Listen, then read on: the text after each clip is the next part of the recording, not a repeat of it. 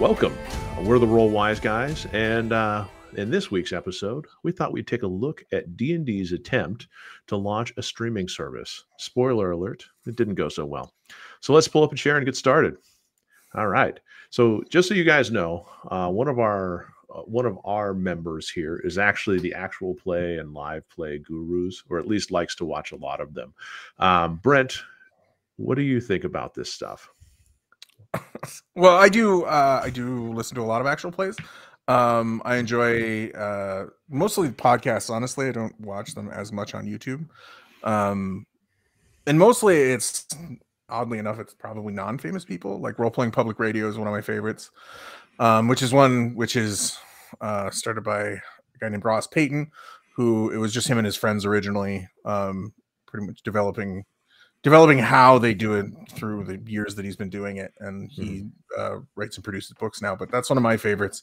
And they've only recently started uploading on YouTube, and it's audio only.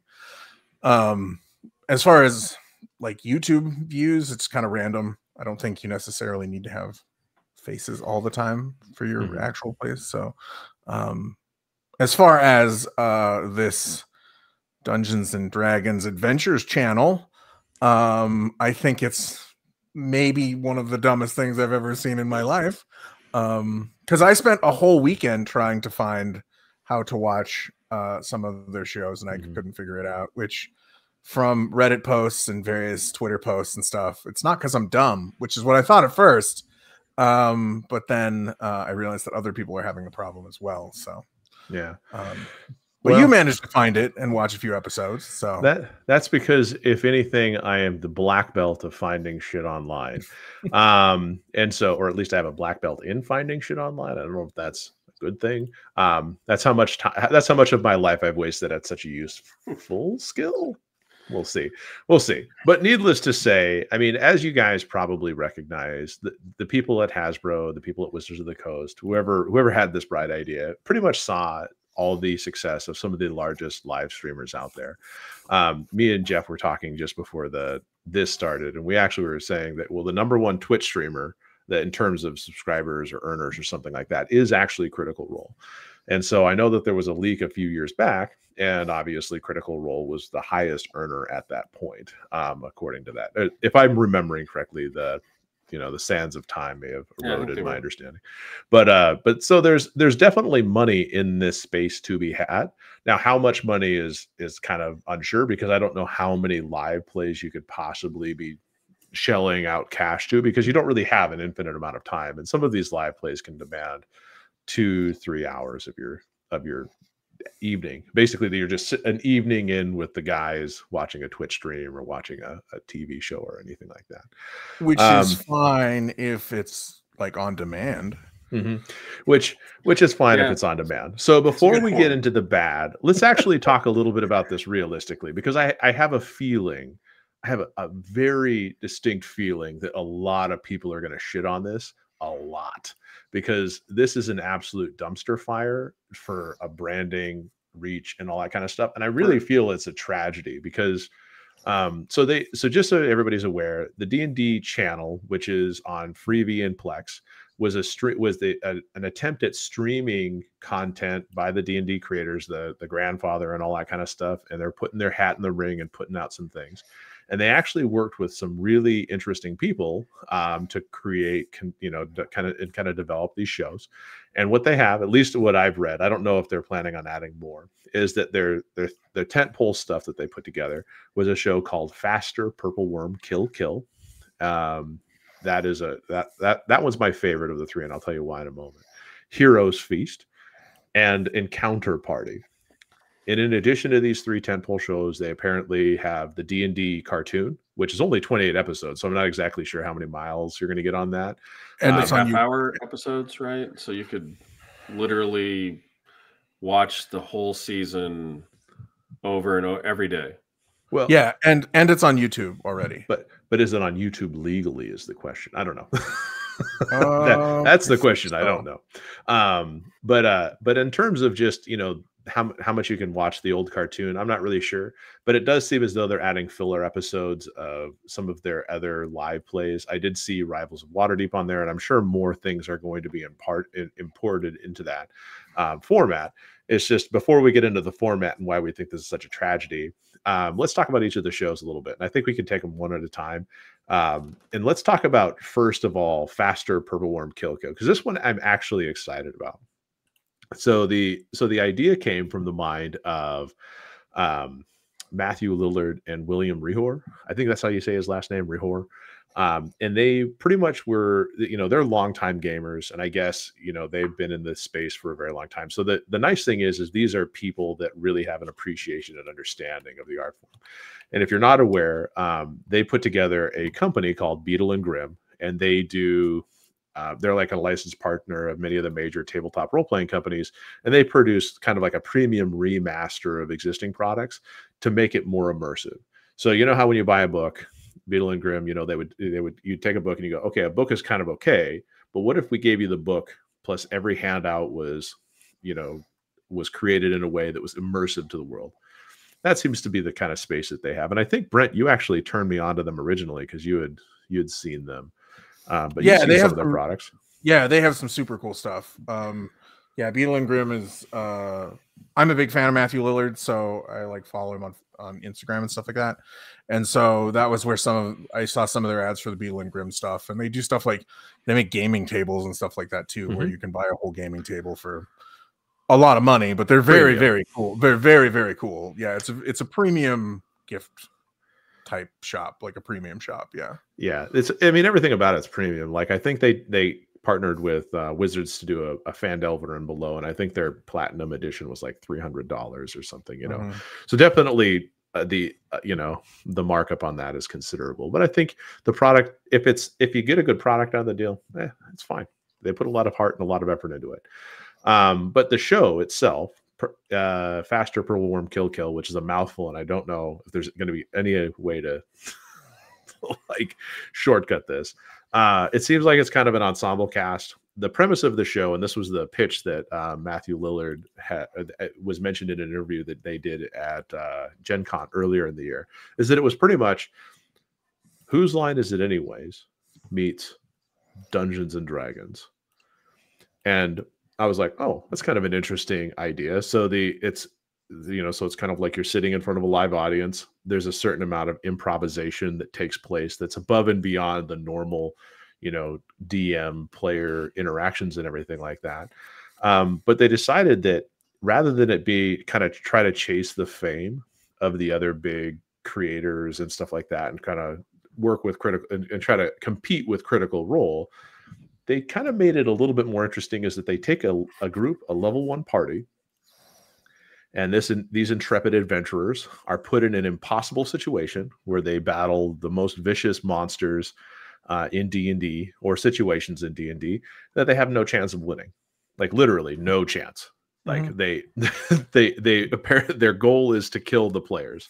They don't want there to be some groups that beat the baddie at level 1 and some groups that don't, because they don't want to be there like a winning and losing group. They basically said everyone's going to die, but how do you go from the start of this adventure to your death?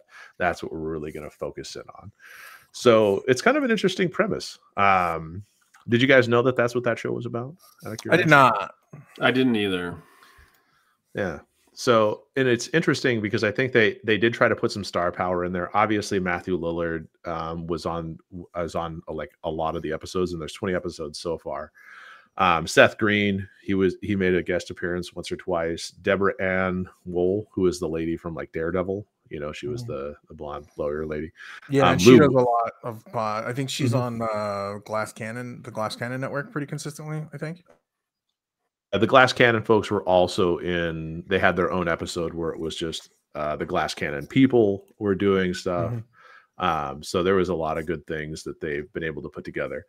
I did see that Patton Oswalt was in some of their promotional materials, but I didn't actually see him credited on the IMDb page. So I'm not really actually sure if, he's on there, he's on a future episode, or what the deal is. But it would be interesting to see Patton Oswalt play, because he's definitely talked about, being he's a nerd. he's talked about being a nerd a lot. Being a nerd. Yeah. They do it in front of a studio audience, which is also kind of weird and kind of adds a strange game showy feel to it. You know, like I said, the Who's line part of it. And they kind of have been doing live shows at various conventions. They did a live show at Gen Con, and they're actually doing a live show this weekend at PAX Unplugged that we might have 2 people that will be able to provide us their reviews of how the show went. So that's Faster Purple Worm Kill in a nutshell. What do you guys think? No, it was the one that I really wanted to watch. Again, because I'm a fan of Matthew Lillard. And it sounded interesting. The little I knew about it sounded interesting. So yeah, it sounds like a quality show. I just wish. I'm not talking about negative stuff. Never mind. I'm not even going to say that yet. Yeah, not yet. We'll get to that. Not yet. I agree. I think it's the thing that stood out the most when I saw the announcement. Was that 2-3 weeks ago that stuff was coming? It seems to be the thing that I would be most interested in watching. Yeah. I didn't even try after you guys started having problems. I do now have the Plex and Freebie apps on my phone. I just haven't had time to actually, sure, sign in and set it up and try to find the shit. I will say one thing that's kind of interesting is that sort of like playing role-playing games in front of a live audience, like Zombie Orpheus Entertainment, who's the troupe that did like the Gamers and those movies years ago. Like, I think that's mostly what they do now is improv comedy in a D&D vein in front of a crowd. Nice. And so it's kind of interesting that I just want to call it out because it's something that has been happening before, not with the star power of like Matthew Lillard doing it, but it's definitely something that I've heard of people doing before. And it is interesting to watch. Yeah. And I think that the nice thing is it's consumable in the bite-sized episode, because I did actually catch 2 of the episodes, and the episodes were tight. They were fun. They were, I got to see Matthew Lillard both as a player and as the barbarian cutting through a bunch of goblins. I also saw people I didn't know, which was kind of neat. Other than Matthew Lillard, I saw people that I knew who they were on there, which is like I think her name was like Raker or something like that from College Humor was one of the episodes, and it was just kind of neat because the one thing that's cool about it is that since they're an hour-long contained episodes, you don't have to watch them in some sort of strange order to get some esoteric meta plot between all 20 episodes. It's just this is what it is. You catch it when you want to, and if you can get some really good comedy gold out of these amazing players. I think that's good, and I didn't know that, and I think that's interesting because it addresses one of the problems that I was going to mention. But we'll move on to that. We'll get to the problems in just another few moments. So the next show, Heroes Feast. I don't really have a lot to say about this one because I couldn't figure out a time that I could watch this because I have a life. But this one is basically, it seems like so Chef Mike Harris, who's I guess he's a former corporate chef for McDonald's, and he was famous for something about the Szechuan sauce, according to what I was reading, from like Rick and Morty and stuff. And the actor / filmmaker Sujuda Day, and I think she was in Girls, Guts, and Glories, was something a few years back. They prepare dishes, desserts, and cocktails from the Dungeons and Dragons cookbook, known as Heroes Feast, that's kind of inspired by the spell Heroes Feast. From what I can tell, it seems like it's a very, like, they take guest stars, and I think that because of like the type of pool of people that they have playing D&D that are all famous, it's kind of like British comedy. You start seeing one person on one show and they kind of make guest stars on every show. Like, so it's kind of like they're interchangeable. I think like James Acaster, I see him on many of the shows. I see all of a sudden my knowledge of British comedians just went whoop. But there are many of them, let's say, that are on many shows together. And once you make it, you seem to be on a lot of shows. Well, once you make friends in that sort of like thought space, I think you start just showing up. And from what I can tell, they tend to cook recipes out of this cookbook, guided by Chef Mike Harris, and stuff like that. But at the same time, I think they they kind of have hijinks that seem to be played along. I saw they rolled a giant D20. I didn't see what that did or anything. So I kind of have a feeling that it's going to be like a Chopped-esque thing, because I mean, I don't personally find it interesting to have a professional chef lead an amateur chef through a recipe. Like I would, I mean, I don't know. That would be like a very traditional, like Julia Stiles-esque cooking show. I wouldn't find that to be very fun, even if it was an interesting recipe from our fantasy book. But like having a D20 and saying, okay, well now your recipe has to incorporate, I don't know, kumquats. I don't know. Kumquat? Kumquats are a lovely citrus fruit. They are a lovely citrus fruit, but do they go good with brisket? I don't know. Uncommon citrus fruit. They are, well, uncommon for most of us. So needless to say, I don't really know much about Heroes Feast because I couldn't watch it for the life of me. So we'll leave that one be, and hopefully if I can catch it, I'll be the cooking guy. I'll try to watch one. I just was looking on Reddit, and it looks like Plex may have some of the stuff on demand now. Oh, good. So maybe after it's aired. It's possible in reading this comment. Sorry to interject, but it's possible that what they were trying to do was get 2 or 3 of the live episodes out of the way since they launched sometime in November before they started putting stuff on demand. But maybe some on-demand stuff will start showing up. I hope so, because calling it a channel and then having it be just linear, broadcast type stuff only. I believe that was the negative stuff that I was told we have to wait for. Okay, go ahead. Yeah. Later. We'll talk about the linearity of the broadcast channel here in a moment. And the last main tentpole that we have here is Encounter Party. This is a more traditionally set series. It's 8 episodes, and it's led by DM Brian Dave Judkins, who produced the Encounter Party podcast for a few years, and then apparently he also likes producing contemporary ukiyo-e prints, which are Japanese woodblock prints. Kind of neat. I saw his website. The tagline for this is that 6 strangers share a prophetic dream that condemns 2 of them to death. As they chase down their impending demise, a dangerous question grows: does fate change once you've seen it? And I caught a couple episodes of this as well. Actually, I think I've seen all the episodes of this, but I've seen them out of order. So I think of those 3 shows, do you guys both agree that the Faster Purple Worm Kill was the like gold star winner there? Well, that's the one I'm interested in. I can't say whether or not it's any good because I haven't seen it. But. Right. Yeah. The other one, the last one. Sorry, I forgot the name. The Encounter Party. Professional. Yeah, Encounter Party might be okay. Yeah. But we'll see. We'll see. I did have one little tidbit that they shared from the Gen Con interview, was that Faster Purple Worm Kill was apparently inspired by the Faster Pussycat Kill title from it's an exploitation film title. That's why it's so long. Yeah, it's so funny because they mentioned that like pretty much every step of the way when they were working with E1, I guess is the television arm of Wizards, and whatever it was, they were just told yes. So they never were told really no at any point. So they were afraid that it would just absolutely fail. And they also got a musical and accompanist. So they have an improv accompanist that goes with the show that plays the keyboards, which is actually kind of awesome in a way. Yeah, that is awesome. So it kind of adds a weird flavor to it. And that's why the whose line is it anything parallel is so absolutely spot on for it. So I think the real big question is that, I mean, each of these shows, I mean, they're interesting and they probably are a little bit newsworthy and everything like that.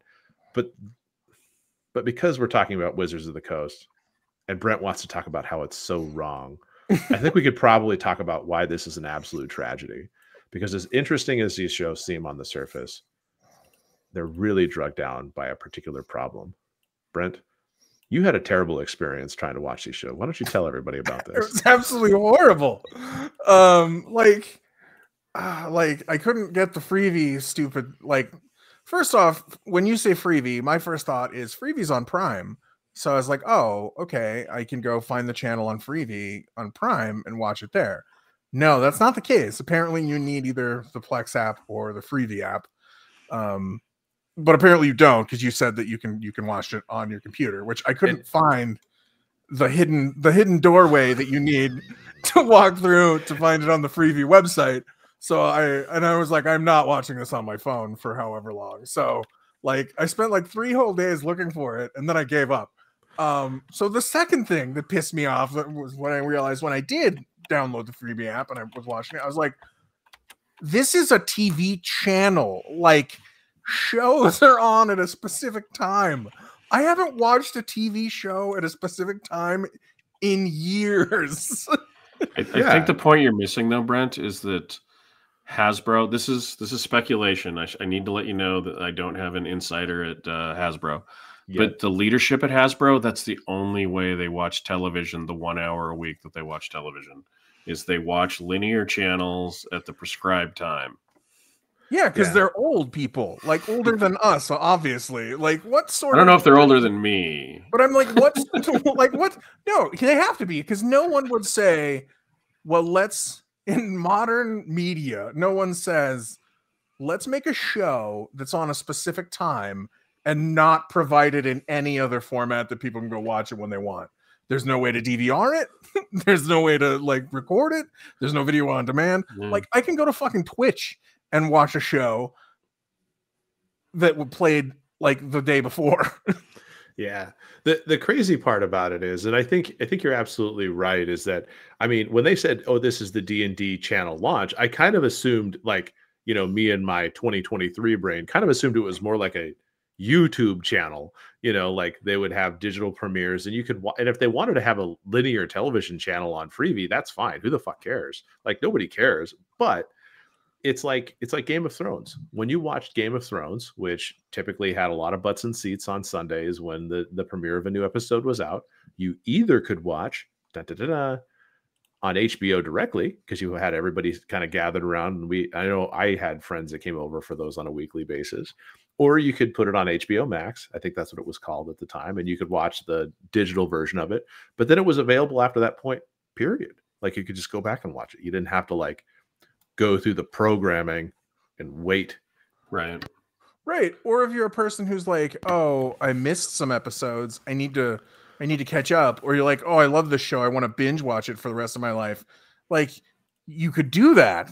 Mm-hmm. But instead, this is I think the thing that I noticed the most, I don't know about you guys, but I missed the pause button.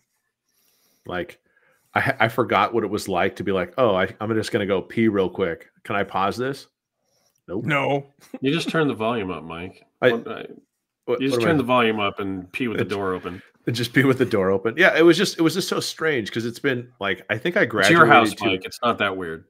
But it's like, I think I graduated to watching DVR recorded streaming content like in what, 2007, 2006. So it's not like, not like this is like, oh, well, I totally understand, because TiVo has only been around for a year or so we can understand why they would choose a linear television channel. But right, that's my point. Is like, who thought about this? No one with a modern brain said, let's make a TV show that's only live. Like, no one thought about that. Well, the hard part, like there's a couple of things that really strike me. Like, Hasbro is not a tiny company. Mm-hmm. And they took a product, right, that they just got a major motion picture out of, right? At least a product line, right? And the only places that they went to peddle this, to sell it, that said yes, because I believe they probably approached more than Plex and Freevee. But Plex and Freevee are the only people who said yes. And it's possible that they have to play by whatever rules Plex and Freevee have. I don't create television shows, but, and, you know, with Plex having some of the stuff showing up now on demand, like they may wanted to build up a catalog rather than releasing it all for free.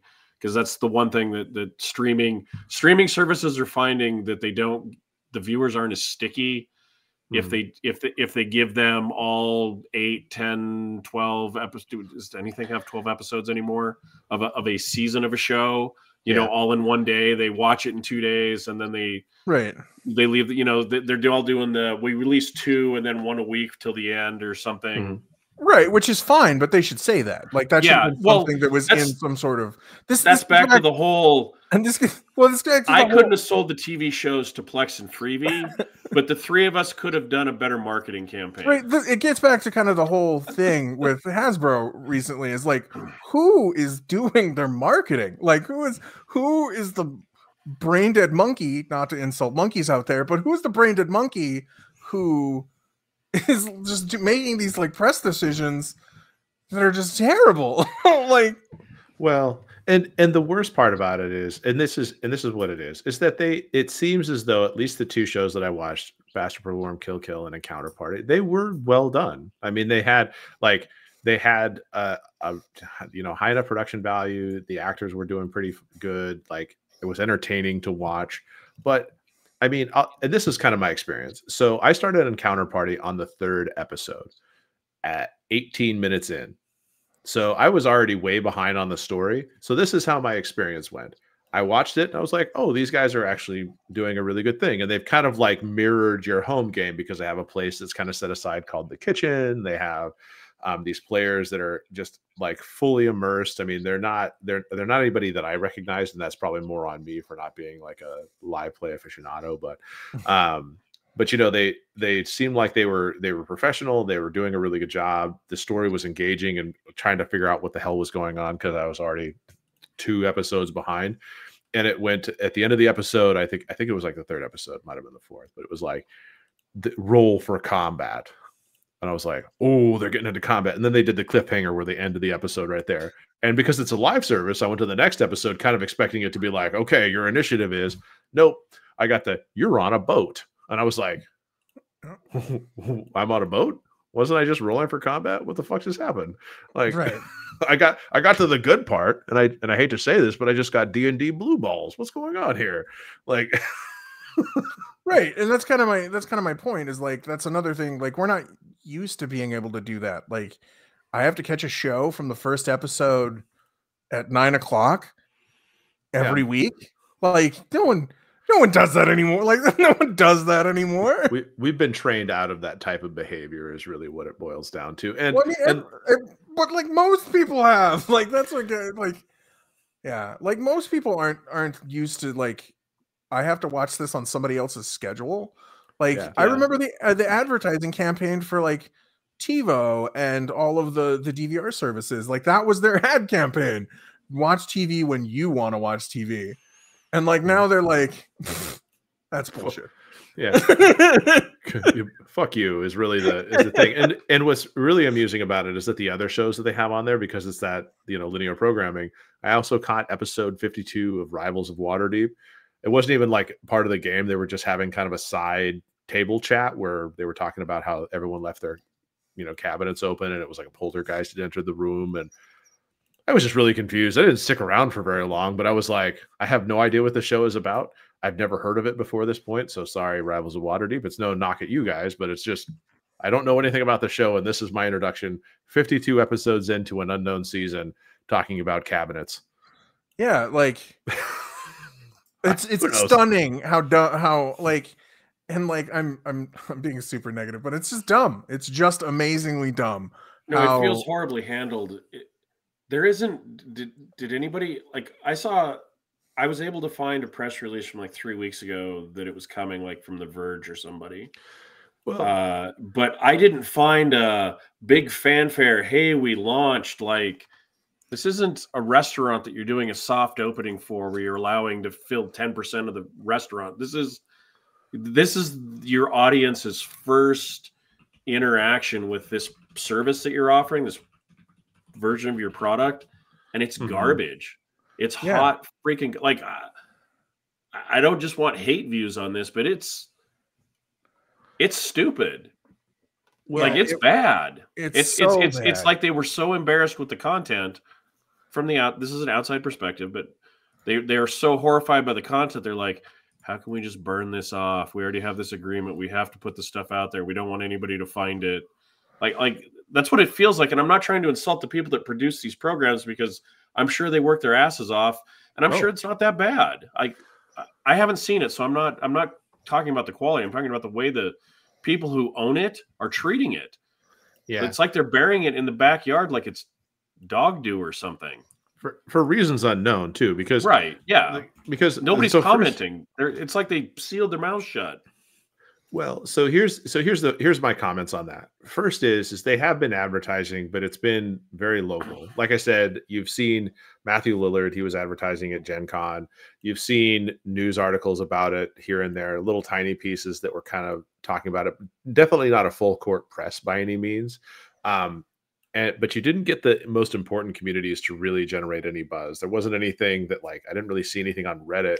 And after watching that D&D Shorts guy, talk about his experience watching that earlier this week, it was like, well, I mean, really one of the creators is like, please come watch our show because nobody seems to be understanding what's going on. Like, and he's just like, I have to go get customer service to help you. I'm really excited for you to watch it, but I don't know how to make this happen. And I mean, I mean, it just seems as though, like, and the other thing that's tricky about it is Dungeons and Dragons Adventures or D&D Adventures, their SEO isn't optimized. So that's not the first thing you get. You get, what do you expect? Dungeons and Dragons Adventures, like modules. You don't even get information about the channel when you Yep, I ran into that problem too. So, I looked up Dungeons and Dragons Adventures and I'm like, that's not what I wanted. And then I looked up Dungeons and Dragons Adventures on Prime and I kept getting the movie. Yeah, and you get the movie, like because if you're on Prime and you're searching for it, you don't get the freebie specific results. You have to go to the freebie section of Prime to get to this weird. It's a very strange. I don't even think it's on Prime. I don't even think you can watch it on Prime.